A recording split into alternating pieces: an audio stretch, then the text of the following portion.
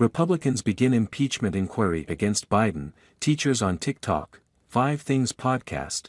On today's episode of the 5 Things Podcast, House Republicans began an impeachment inquiry against President Joe Biden Thursday with an initial hearing. USA Today Congress and Campaigns reporter Ken Tran has a recap. A New York court rejects former President Donald Trump's request to delay a civil trial. CVS pharmacists return to their stores after a walkout over working conditions. Teachers take to TikTok to express concerns about students falling behind. USA Today health reporter Karen Weintraub explains the significance of the Framingham Heart Study on its 75th anniversary. Podcasts, True Crime.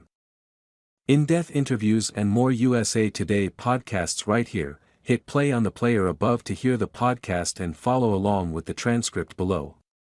This transcript was automatically generated, and then edited for clarity in its current form. There may be some differences between the audio and the text. Taylor Wilson, good morning.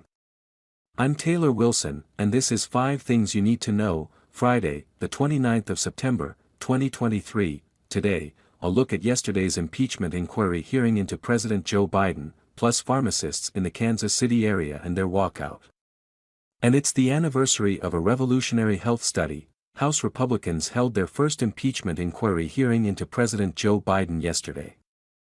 I spoke with USA Today Congress and Campaigns reporter Ken Tran to put the hearing in context.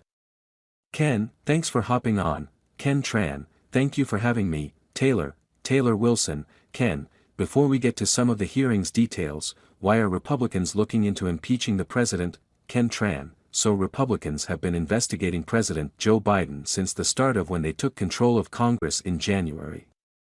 They allege that President Joe Biden has been financially and personally benefiting from his son Hunter Biden's foreign business dealings.